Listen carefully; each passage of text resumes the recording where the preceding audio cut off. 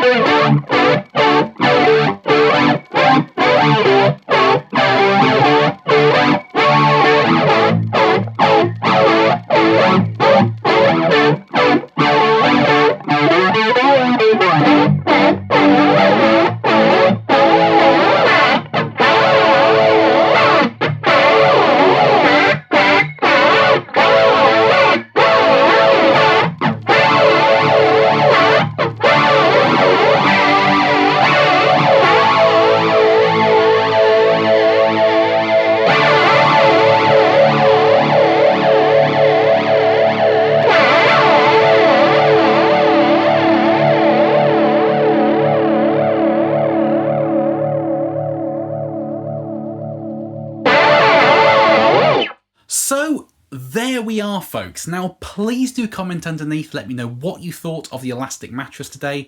How close did you think it sounded to my original Mistress? I love chatting nerdy guitar stuff with you folks down in the comment section. But as with the chorus ensemble, we can dial the PastFX pedal in to sound very, very close to the huge money vintage original, can't we? Being able to fine-tune the treble content to match it was worth its weight in gold, and of course running it slightly below Unity to match the level drop was really helpful too. Now, to my ears, having just quickly listened back to the audio, there were a couple of very small differences in terms of the sonics between them. The first was, I think the Mattress was shelving off a tiny bit more low end than the Mistress, and we really heard that when I was stacking them into the Tubesteader Sunkeeper that I set deliberately super gainy and thick and gloopy. This kept the sound tighter than this, so I think this stacked better into a gain stage than the old Mistress did. The other difference I was hearing was a slight difference in the sweep of the two pedals, which is probably down to the fact they use completely different Bucket Brigade delay chips.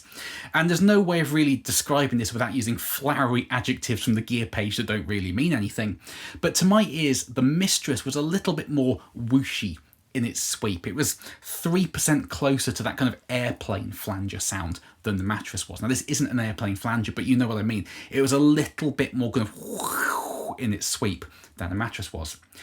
But again, we are talking very, very subtle differences. And there's a few things we need to remember when talking about those differences too.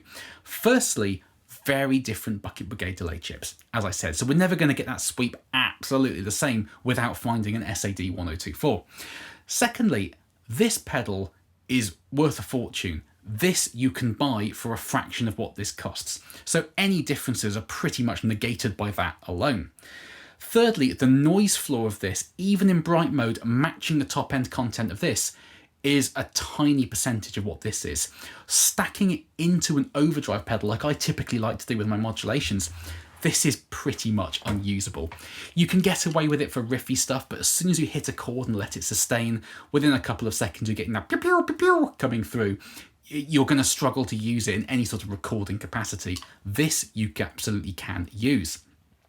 But the other thing to say about the differences between them is, bear in mind, this pedal is nearly 50 years old.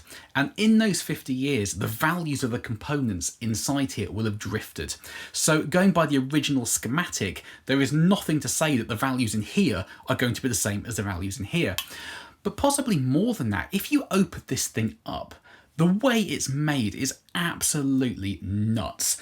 Hand-drawn traces of solder linking things together. It's a miracle this thing powered up in the 70s, let alone today. It is absolutely crazy. Electro-Harmonix of the 70s were not known for their consistency of build quality, put it that way. So the fact that this thing still works is nothing short of a miracle. So when it comes to cloning old circuits, like it is with clones, it kind of depends which particular clone you're cloning in order to match the sonics. So I would wager if you found 5 vintage original Mistresses and put them side by side, you would probably hear more sonic and EQ and sweep differences between them than you did today between these two. So I think it's really important to remember that. This is available. This you can repair. If I fry the SAD 1024 in here, it is toast. So you can get this. It's a fraction of the price of this, and it gets you 95% of the way there, if not more, with extra functionality. So again, hugely impressive on the part of PastFX there. But as always, please do comment underneath, folks. I love getting your thoughts and opinions on all this sort of stuff, so let me know what you were hearing today. So thank you ever so much for watching, folks. I hope this video was interesting and useful for you. Please do carry on subscribing. I know I always say it, but it makes a huge difference when you subscribe. And I will see you very, very soon. Bye-bye.